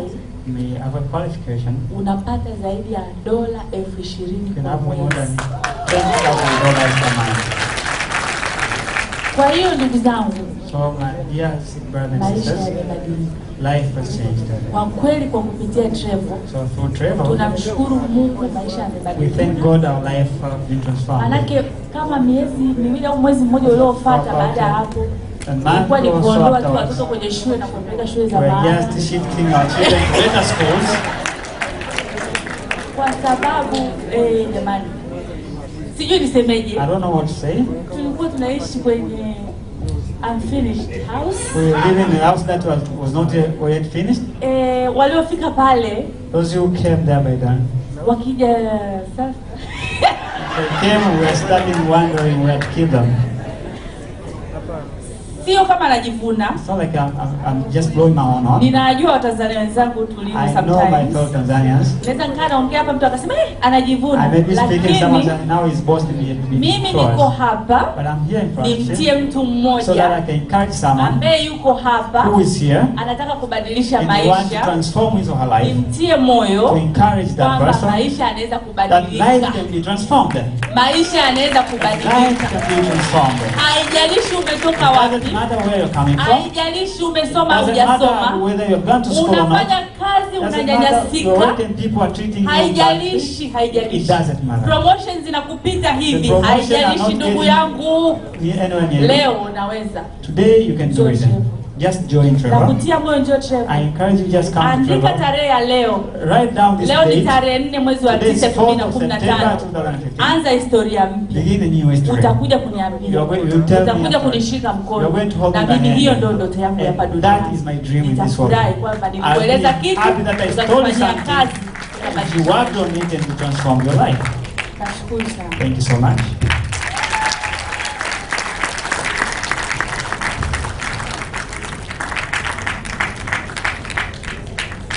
Is that not amazing? Hiyo je, sio nzuri? I said, is that not Nasema hiyo sio amazing? nzuri? Just their pool bonus. Okay, kwa bonus tu ya pool bonus For this month kwa mwezi huu was over $20,000 US dollars. ilikuwa ni zaidi ya dola 20 za Kimarekani 1 month. kwa mwezi mmoja. Did you hear me? Umenisikia? That's not their monthly auto ship commissions. Itakuwa That's not their enrollment commissions. hiyo haijajumuishwa kwenye kamisheni yao. That's just being a part of our global pool bonuses. Hiyo ni sehemu tu ya pool bonus ya kampuni yetu. How many of y'all like that kind of lifestyle? Ngapi mnapenda lifestyle ya namna hiyo? Let's give them a hand. Thank you all so much.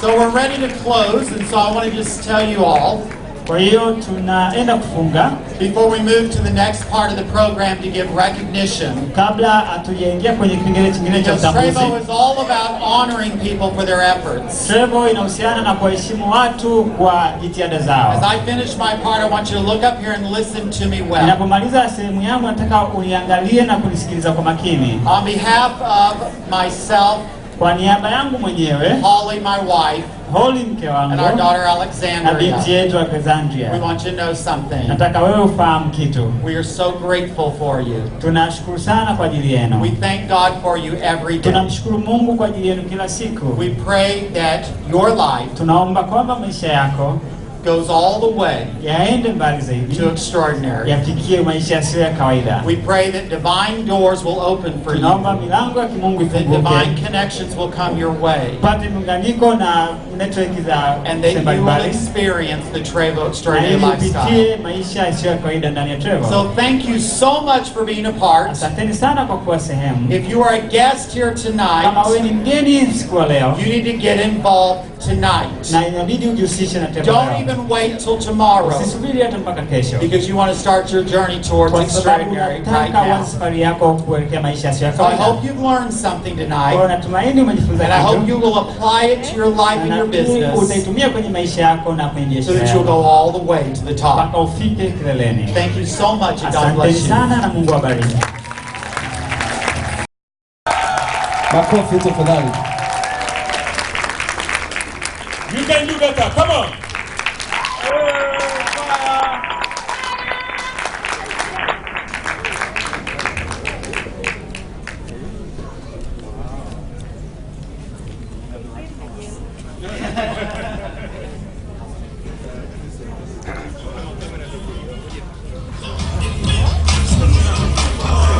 Hey, come on, man.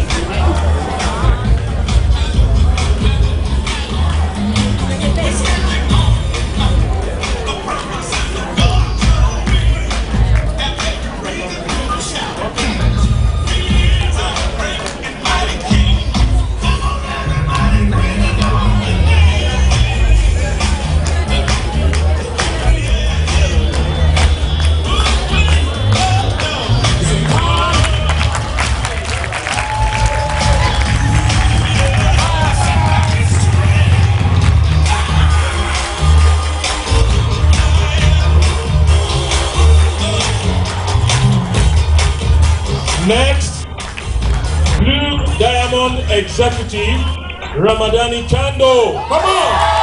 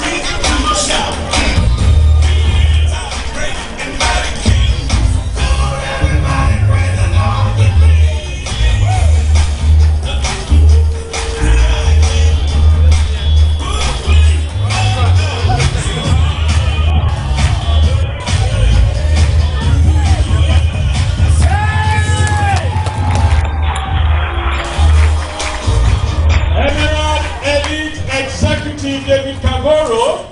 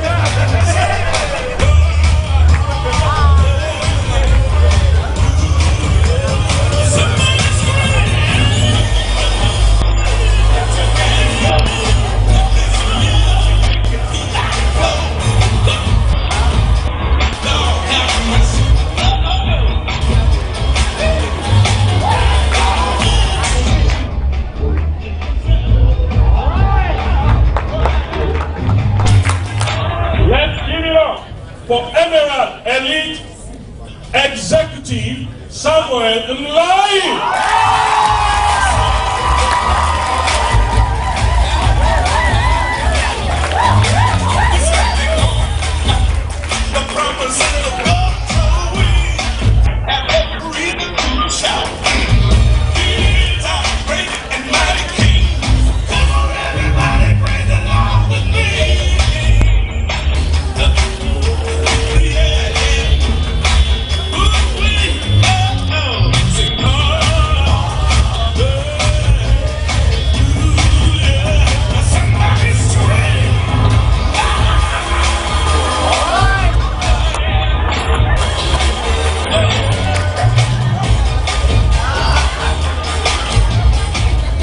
Emerald Director Lillian Sheeta.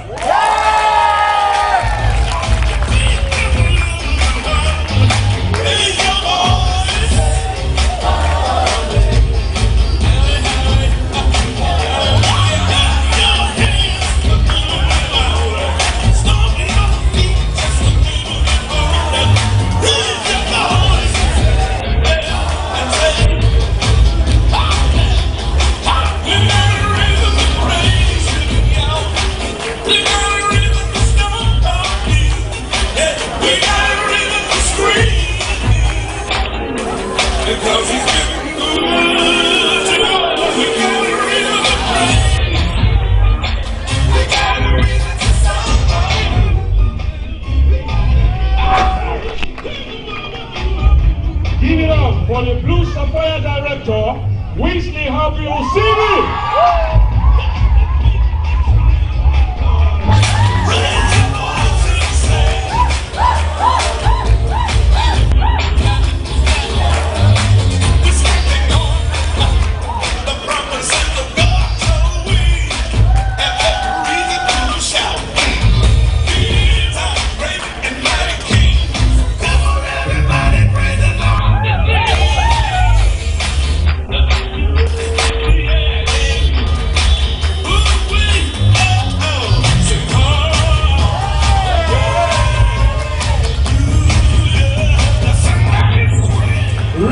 Director Aziza Mohammed.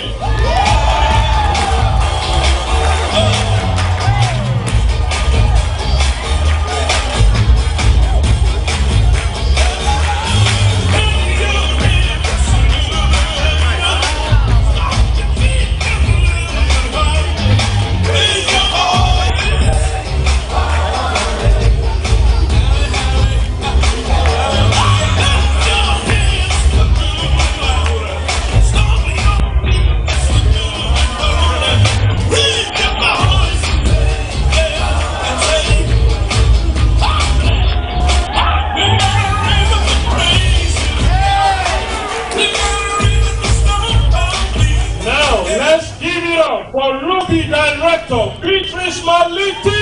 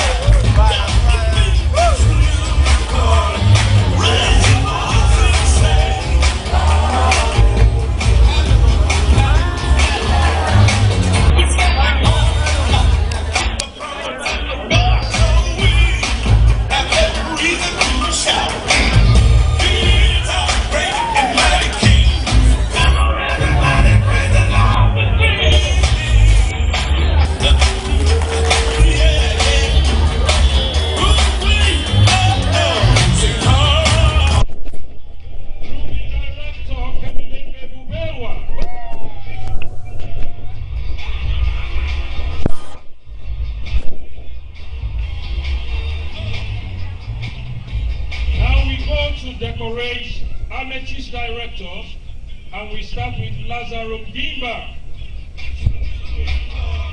Mary Nasari, great.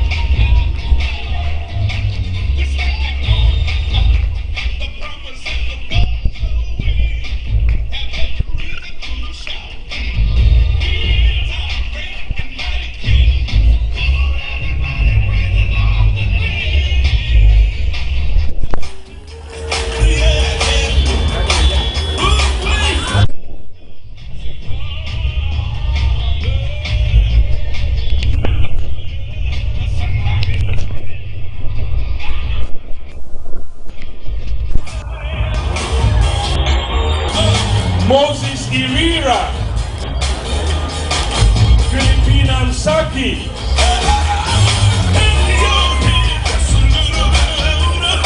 Now we are going to start decorating leaders, and we are starting with Platinum Executive Leader. The first on the list is Androniko Semufali.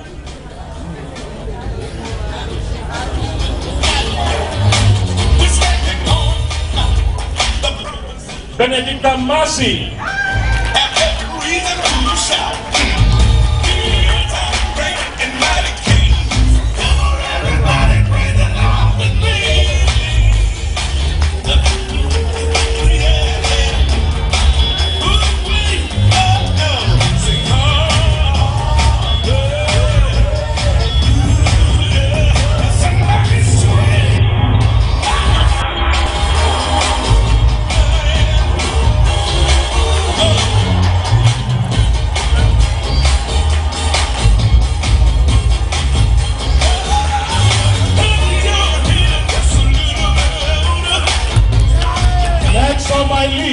Priscilla Kajiru.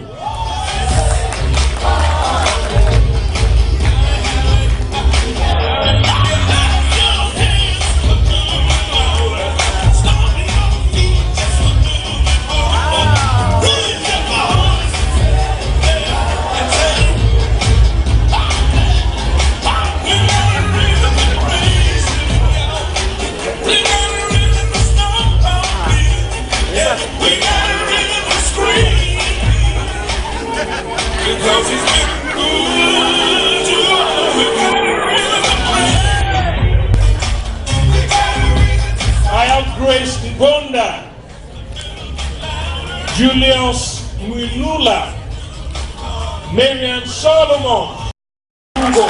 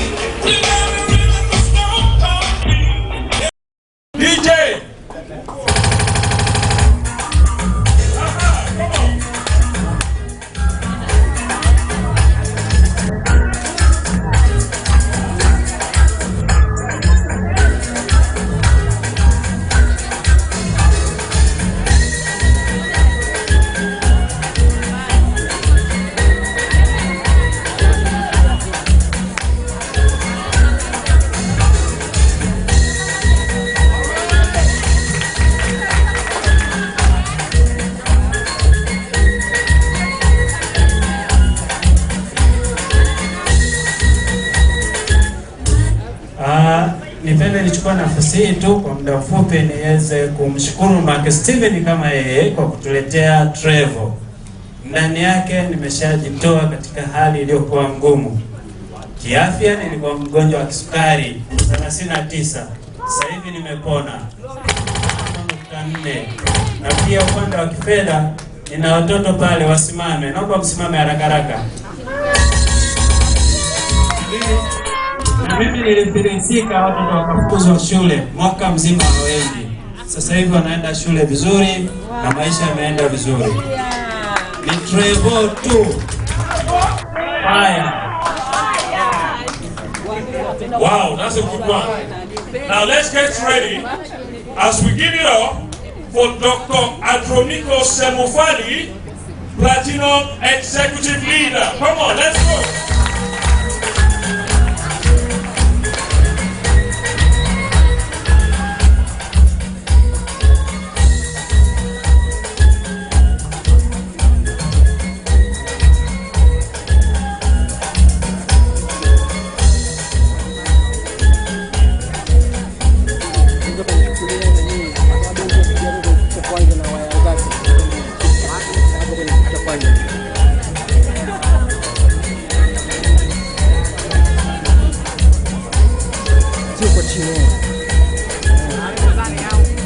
Cha kwanza pembeni huyu jamaa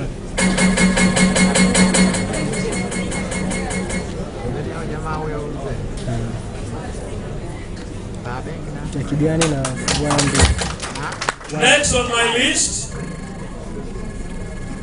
is Gold Leader Rahabu Solomoni Jacksoni. Where is she? Come on, let's give it up for Rahabu. Let's give it up for her. Come on, come on, come on, come on, come on, come on.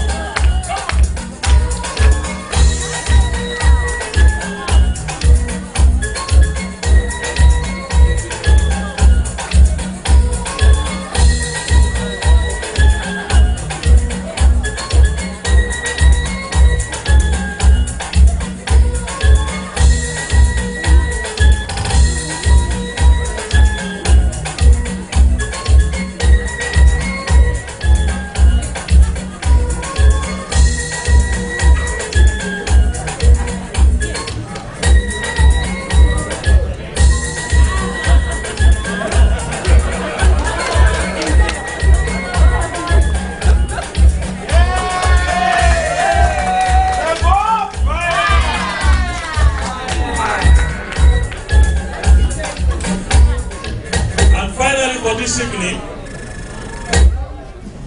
give it up for Mwanamani Yuriza Makongoro, bronze leader. Is that person here? Not around? Oh, not around. All right, thank you very much.